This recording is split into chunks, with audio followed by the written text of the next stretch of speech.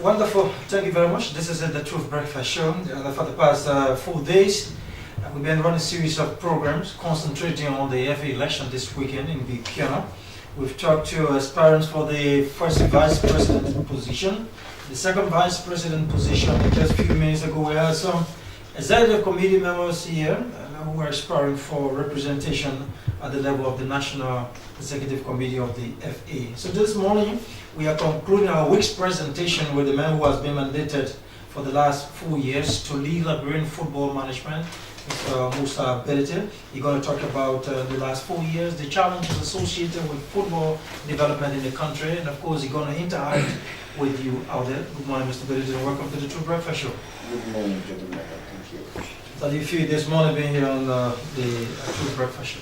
Good. I like your new studio. It's my first time, so I'm happy to be here and to share, of course, with you some of my thoughts on the topic under discussion.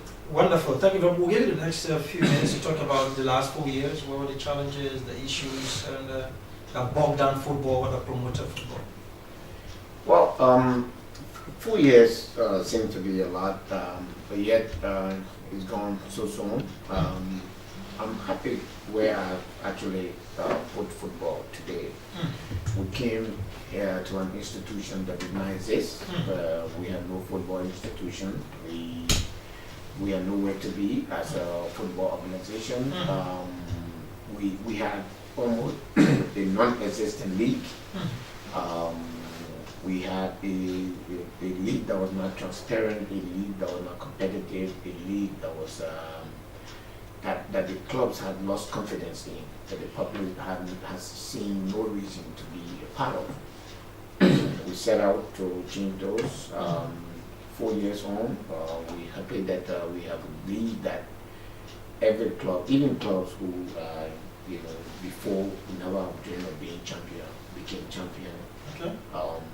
Those so-called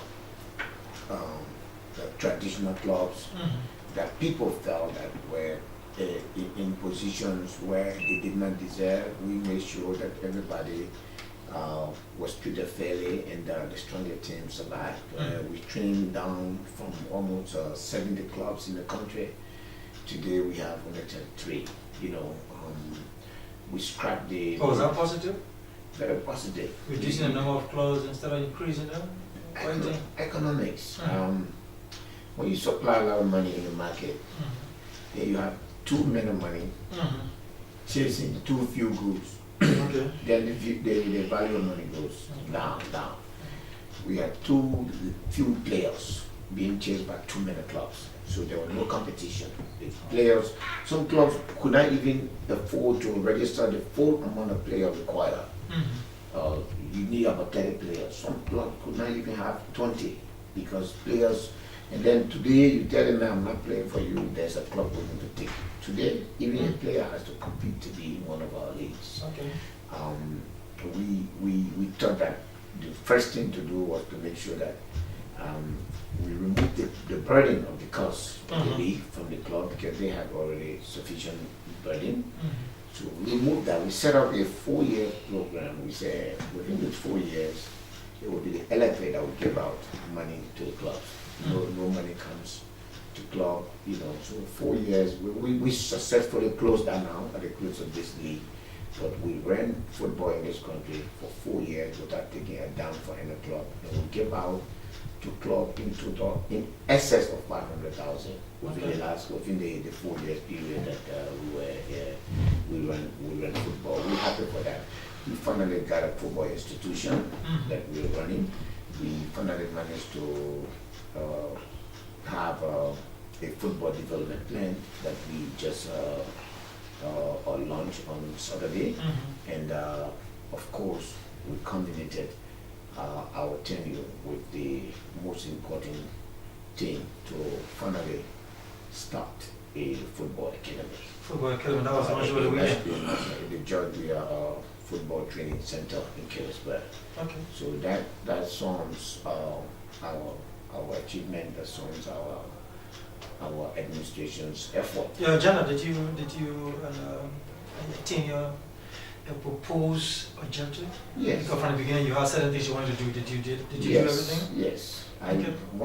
The first thing I thought to do was that, as far as I'm concerned, since football has been in this country, the government and the football have never had it easy. I thought to deal with that, and I'm happy that. What do you mean? There was always confusion as to who is responsible for what between the Ministry of Youth and Oh, the Sport. very role. Yes. Finally, we don't have that issue anymore. We all know our roles, and we are doing it diligently. We deal with that. We managed also to establish ourselves as the sole body responsible for the administration of the game in the country. We did that. We streamlined all of the various clubs, the affiliates. We made sure we're taking football out.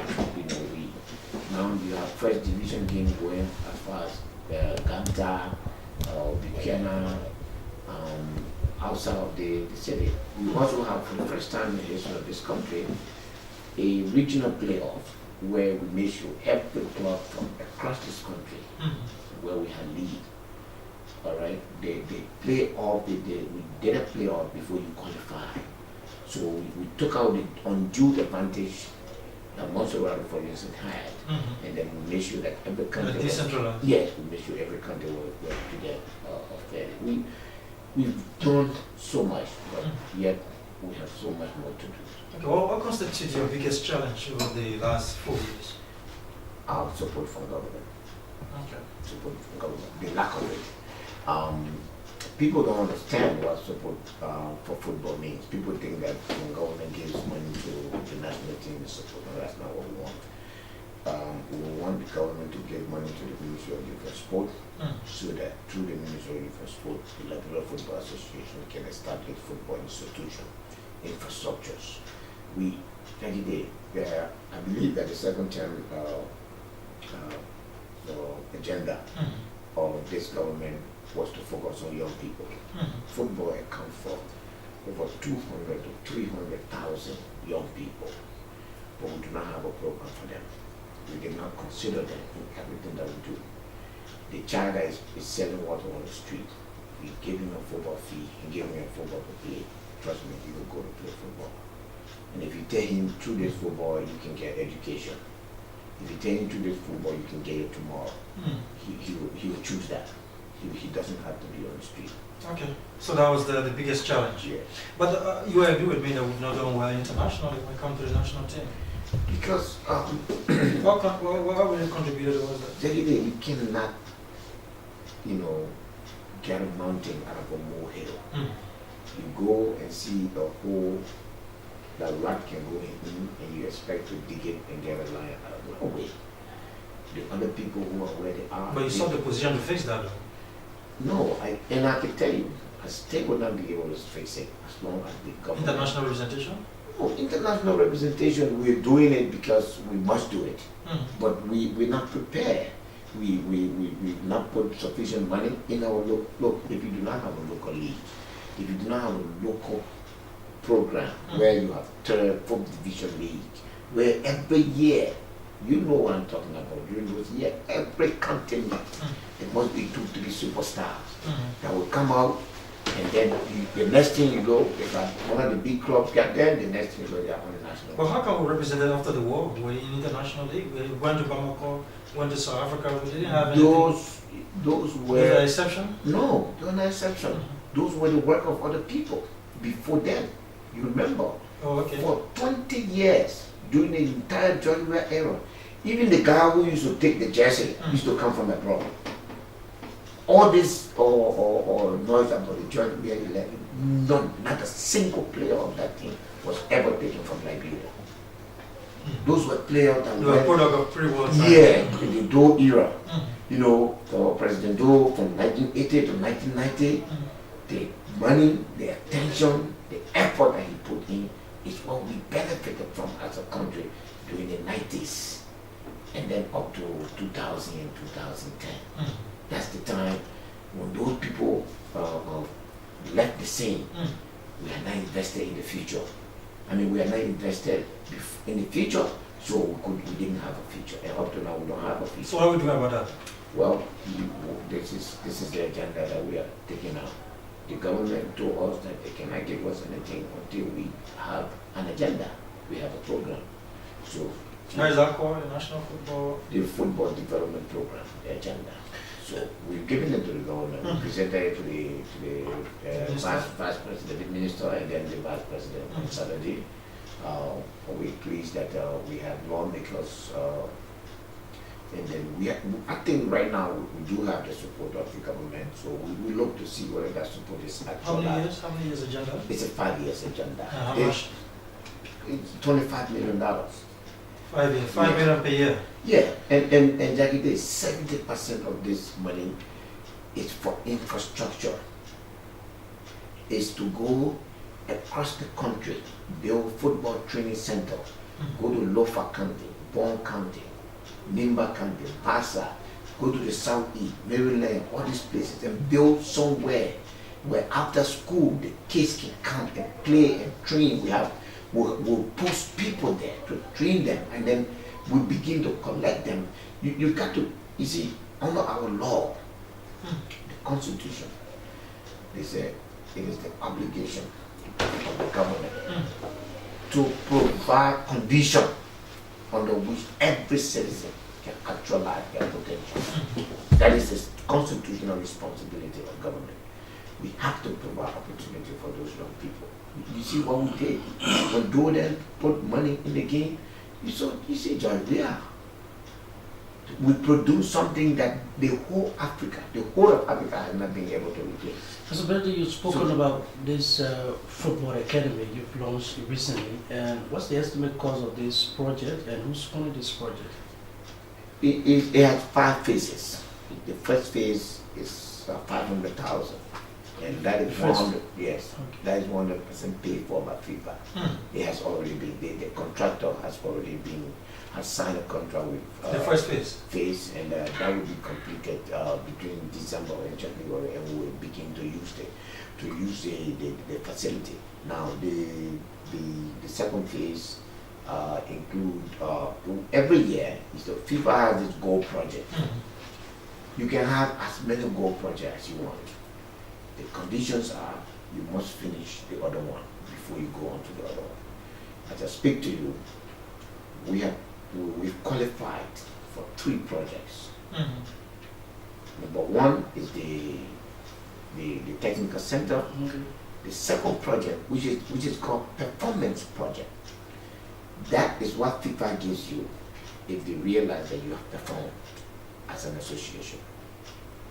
So that performance project is $700,000.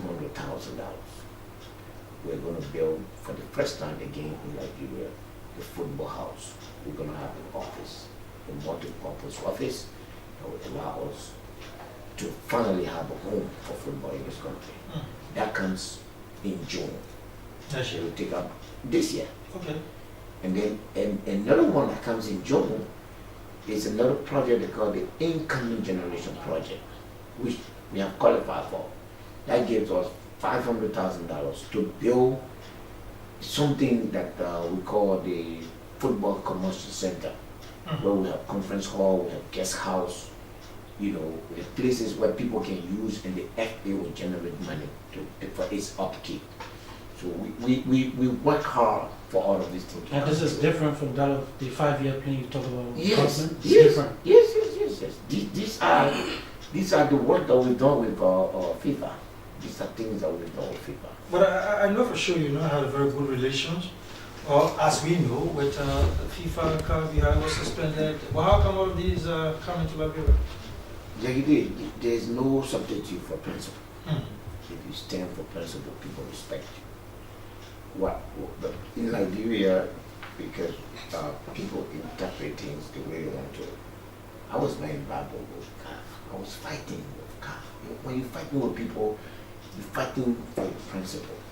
There was a law that I did not agree with. And I said, I don't think this is good for me. I don't think this is that you let go information that was private. No. To a third party. No. Which was sometimes a breach, No, it was not me. You see, it was an infight. There was an executive committee member that CAF wanted to get at. this guy was running for president, and he gave me a document which I used in court against CAF. Okay. And CAF told me to disclose Okay. the source of that document. I told them on principle, I will not. That's what happened. Okay. So on principle, I refused. So they said, okay, we will punish you. So they punished me. I took my punishment in stride. Some of my friends in CAF, in FIFA, along with the president of FIFA, intervened, and there was a meeting with me, the Minister of Youth and Sport, and the president of CAF, the vice president of CAF. So we resolved it. We're fine. We're back on course. Regarding FIFA and the election, Yeah, with Haman. on principle, Ben Haman came to us, not just me. Well, he had integrity problem because he was involved in something negative, though. Well, And you seeing as supporting such person, don't you think that will reflect on you as a person? no, the integrity issue was after my support for him. When the judge guilty, that was the end. He was finished. Okay. Yeah. But you didn't have any insight about that. I never- Do you have any regret interacting or being with him? No. You still believe in him? I don't put belief in people. Okay. I believe in principle. I believe in No, I mean his principles. yes. Look, But you must be disappointed at the fact that he has been judged guilty for misconduct. yeah, I am. I'm very disappointed. But Did that hamper your relationship with Blatter? no, in fact, I told Blatter that look, all the people who came to the back door to say that they're supporting you, we all agreed to support this man. But the next day, I saw invitation from you, and all of us were on our way there to go and endorse you, and I found that to be unacceptable. 1 week we endorsed one candidate, the following week the same people were going to. Then I said, no, I'm not going there. That's when I came out to announce my support for this man, and that's all I did. And I told Blatter, I said, if tomorrow you want to be president, and you come to me first and say you want to, guess what, Jackie did? I was the first president Blatter came to the last time that he wants to be president. As a matter of principle, he came to me. We met in Cape Town, and he told me that he wants to continue as president of FIFA. And I told him, Mr. President, I'll support you. And now I'm supporting him. He just called me for a meeting to South Africa, the 9 days from now. And then we're going to discuss development and his campaign strategy. He asked me to serve on his campaign team for his re-election from the African point of view. So I'm going to do that. Okay, that's the internet. Locally, you're running on a post. Why? Somebody say you want to use because you agree that a businessman, a politician, well-connected person in the status quo, you want to use that as a means to bully other opponents, that they are afraid to come up. Or is it because of your leadership style and achievement? Well, I cannot be the one to judge that. Well, you have an idea. Why are they running away from contesting? No, I don't think they are running away. I don't think so. I think there are a lot of qualified people in the football arena that can run to be president of the LFA. I think this is the way I see it. It's an appreciation of the leadership that I've provided to the LFA. Or do you have come on some questions to say you don't listen? One person said that. The person who say I don't listen is the person I listen to most. Yes. And you also say you want to satisfy everybody. That's my leadership style. Well, you know that is impossible. You cannot please everybody. You know, like we all learn, even from you I learn. I say you must be seen as being fair. Yeah. So as a leader, I must be seen as being fair. That's all I do. Okay. All right. Even if I don't agree with you, I must be seen as trying to listen to you. The first step towards convincing the man is to attempt to agree with him or tell him if you were in his position, you would take the same position that he takes. He has an appreciation of himself first. Then you can go on to try to convince him. That's all I've done. That's all I've done in LFA. We all know everybody that is in football today. You know, we have football presidents. You have people in the studios here. They all know that before I became president, what they went through to run this game, the difficulty, the struggle. You know, their players would be sold without money coming to them. I'm aware of that. I was a club president. My player was sold for $100,000. I never got a dime. And all of the club presidents here before my time, nobody in this country received transfer fee in the way that they have received it. Because I brought about, my administration was about the clubs. Developing the club. Yes, to give them. Not that we are support for the first vice president and the second. I understand you're clear about Shannon. And many persons have questioned your decision to publicly announce support to a particular candidate in the election. Salah, I think you can see that my behavior, my attitude is consistent from the FIFA, from CAF. And let us not try to have, let us stop playing games as a people. We are better people. If Jackie does not support me, let him say it. But it's politics now. I have a vice president. I have a several executive committee members. And these people have said me, wow, now you expect me for someone to come and say, let people go. Then I say, okay, I have no part to play. You decide whether they should go on and no, that's not honest. That's not doing it. Let me tell you something. The guy that is going to come will not trust me. So I stand on my vice presidents. I supported them. I stand on my executive committee. But I'm sure you know my position on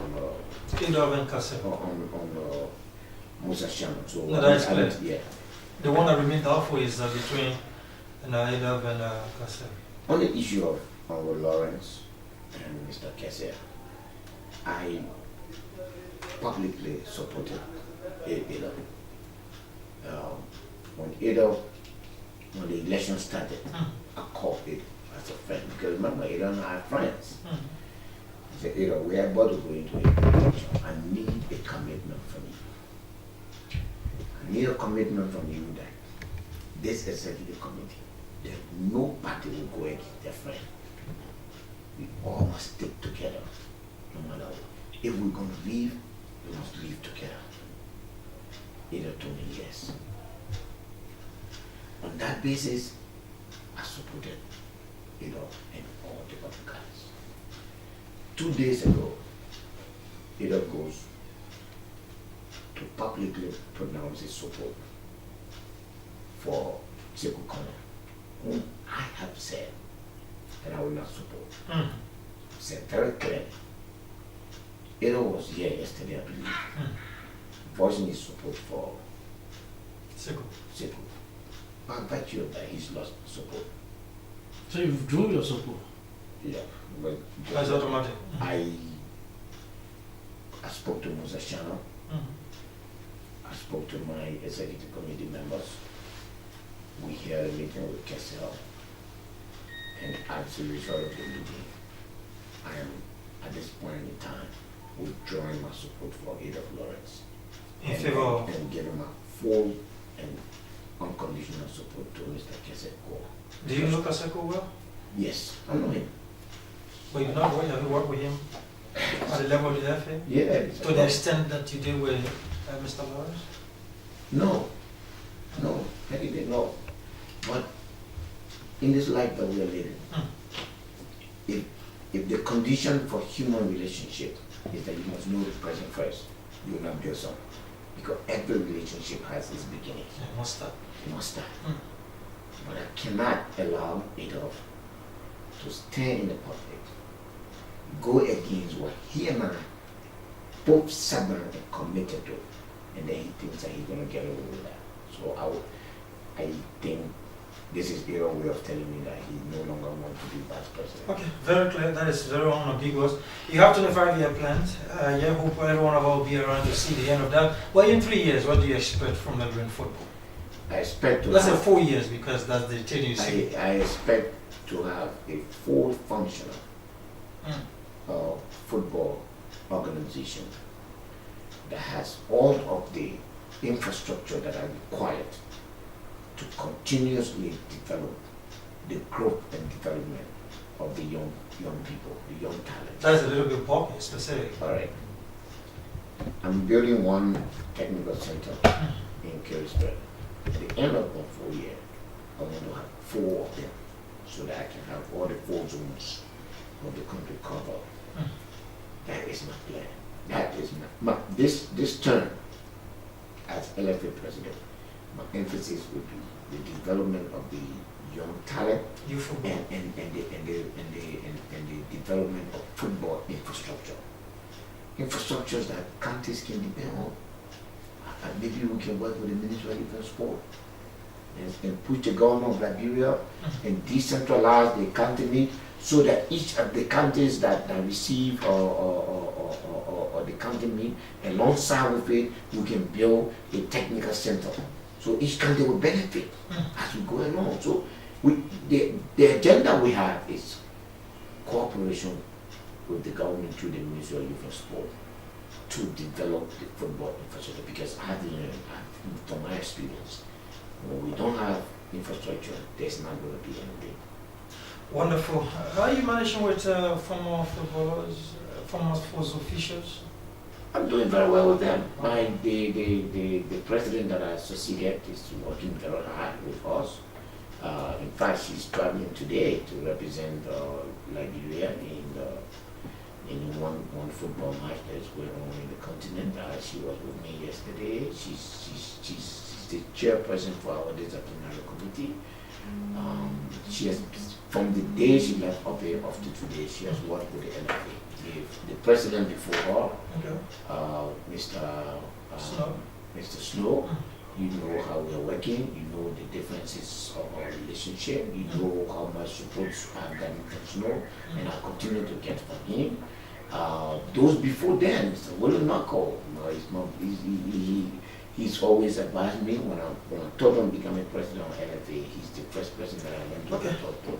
So William Russell, I talked to all of these people, and they all feel a part, the former players. We finally got a place for them. You know. All right. Thank you very much, Mr. Bility. Ilafore is on the line. I don't know what he really want to contribute, but I give him the opportunity. Go ahead, Honorable. Thank you very much, everyone. Mr. President. Good morning. I'm calling, hoping that I can make some clarification why I decided to. Yeah, very brief. Very brief. Go ahead. And it was based on the fact that the campaign manager for Mr. Bility and the rest of the athletic committee members, Ms. Michelle Wilson, had endorsed in the presence of Mr. Shannon, my contestant, Mr. Thomas McLean. So, and then additionally, Mr. Shannon on your radio station, when asked, who do you support for the second vice, he said, I support the winner. Based on the 2 reasons, I decided to support. But that has nothing to do with Mr. Bility. No.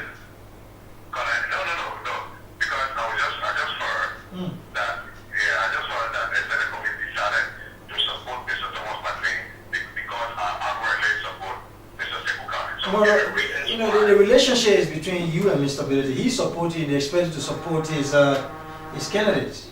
No, I support him. I support Mr. Bility. Okay. I support Mr. Bility. I don't have necessarily support who he wants to support. No. Okay. Mr. Lawrence. Thank you very much. You want to respond? Yes, please, let me.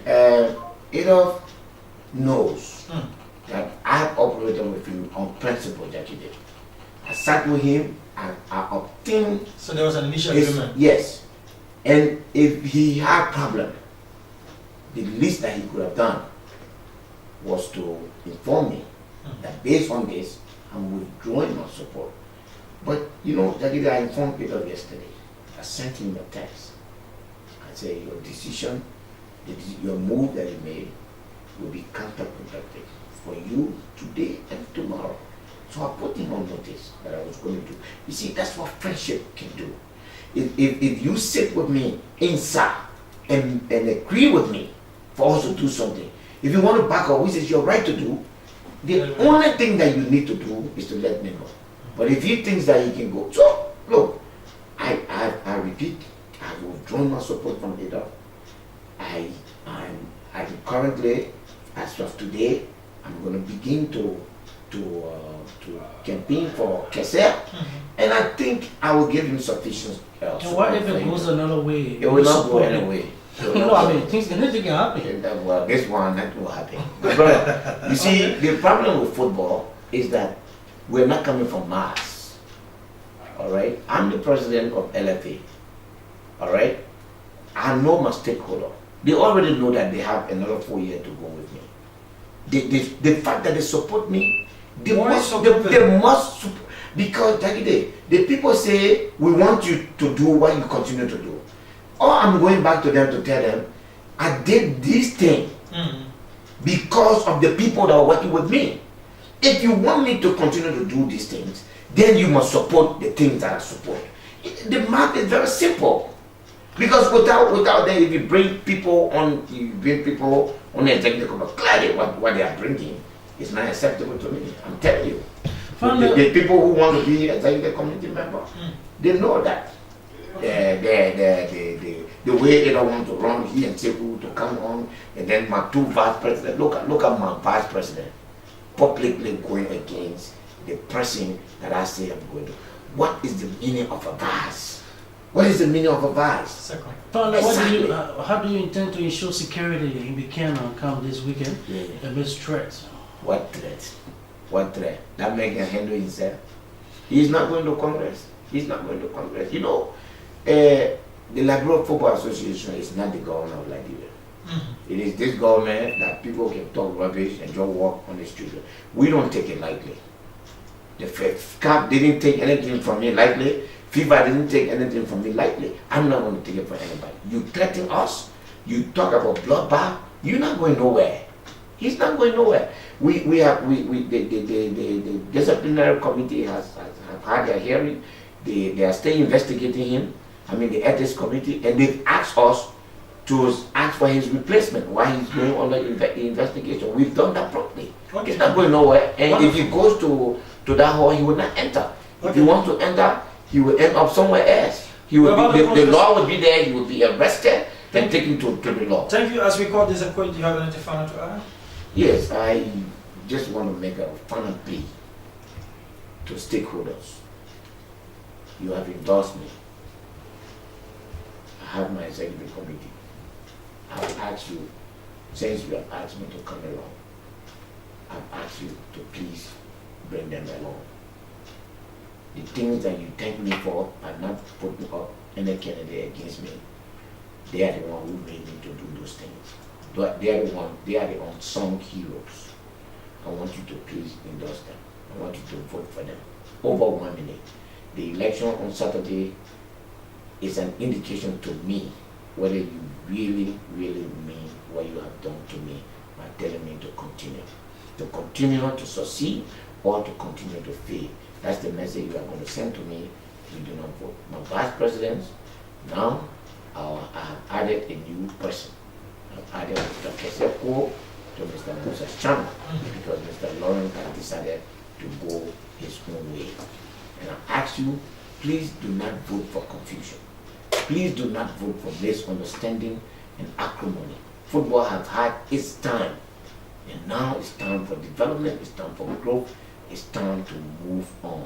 Wonderful. To undo what we have probably achieved is simply not to be considered. Thank you very much. This is how we bring down the curtains. Inshallah, we're going to be Monday morning to drive you through. I've been Mamadi along with my friend and brother Solomon West. Stay tuned for the best of program from our scene. Okay.